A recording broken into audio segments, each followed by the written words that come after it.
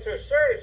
I'm Joborn Thrice, and we don't have our Kuya Ernie of Australia because he's now in the Philippines and having a good time with his family. We have Kuya Bonnie from Cubao, Quezon City.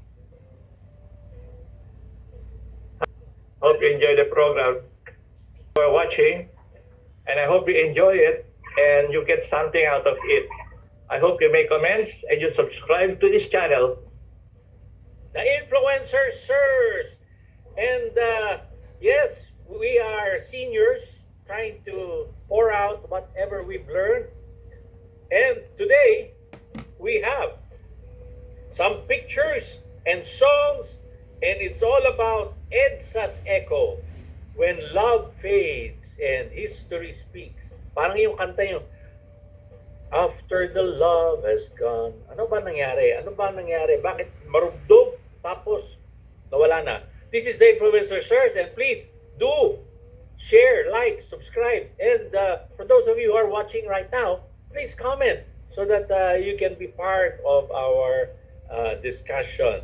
And we will be influenced by you. You will be influenced by us. And hopefully, everything that comes out will be from our memory and your memory too. So let's get it on. Sabi nga nila, no? We start. Meron ka bang mga paparinig sa kanila? Sigurado magdudulot ito ng maraming alaala. So, natatawa ka naman kagad eh. Bakit ka natatawa kagad? Dinig ba yun eh? So gano'n yun eh. Pag alam mo, na-feel mo yun, iba ang dating sa'yo. Iba ang dating sa akin. Okay. Wala namang EDSA Revolution, di ba? Kung walang mga pinagsimulan, anong pinanggalingan, paano nangyari. At pagkatapos sa EDSA Revolution, ano na naman ang nangyari? Di ba? Napiliin po natin sa mga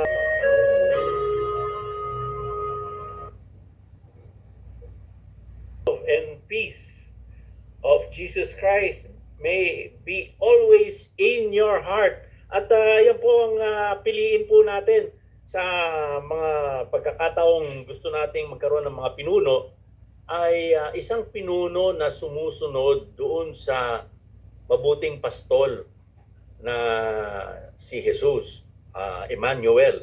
Dahil kung ang namumuno sa atin ay ang sinusunod niya yung kanyang sarili, o kaya ang sinusunod niya yung si Satanas o ang demonyo, sabi nga ni Kuya Bonnie, kahit na papano, i-influensyahan tayo ng demonyo, kaya kahit na mabuti ang ating hangarin, kung minsan napupunta sa iba, na nagkakaroon tayo ng pagkakataong malihis sa mga mga nais na mithiin natin, di ba Kuya Bonnie? Ikaw nabanggit mo yung kanina eh, na kahit na sa education, di ba? Sabi mo, nalilihis dahil sa education ang mga tao. Kulang talaga education natin kahit na Catholic schools, especially Catholic schools. Di ba? Mga politiko natin, karamihan, graduate ang the best Catholic schools, even sa Amerika. Pero, are they mature Christians? Yan ang question eh. Sabi nga, by their fruits, you will know them. Kung kailang kilos, makikita natin ang kailang maturity. So, kulang eh. Siguro talaga sabi ko, talagang the devil does not rest. Nakikialam yan sa education, sa government, sa arts, nakikialam siya eh. Kaya kung hindi ka madasalin, hindi ka nagre-reflect, madadala ka. At di mo siya makikita paano siya kumilos. Totoo yan, Kuya Bonnie. Sabi nga eh, gawin mo mang araw-araw at minu-minuto ikaw ay nagba-Bible study, pero pagka hindi mo naman ginagawa yung sinasabi sa salita ng Diyos, para ka lang nagme-memorize ng libro. Walang epekto sa buhay mo. Malaki ang pagkukulang. Di natin mention na isang politiko na kilala natin. Parang hindi niya kilala ang Diyos eh. Okay? Marami siya sinasabi na error. Nasa shock yung mga tao, no? Hindi natin babanggitin sino siya. So, alam niya natin yon. Pero, bakit? Product na siya ng eskwela ng magaling. ng Hitswita. Okay. Yung Ateneo sa Mindanao? Oo. Mali ba tinuturo doon? O ang mga nagtuturo may pagkukulang? Oh, ito, Okay. sino itong mga nasa larawan natin? Including the failure to establish a new moral order and to address the root causes of the country's problems.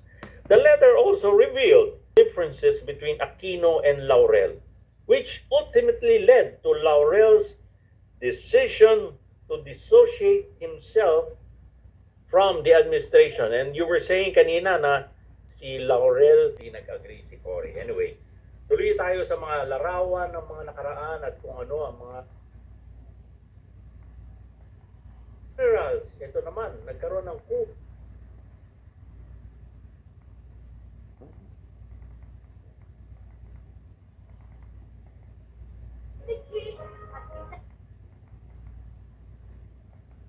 Influencer sirs, naway ma-influensyahan kayo na magkaroon ng pagkakaisa at katulad ng mga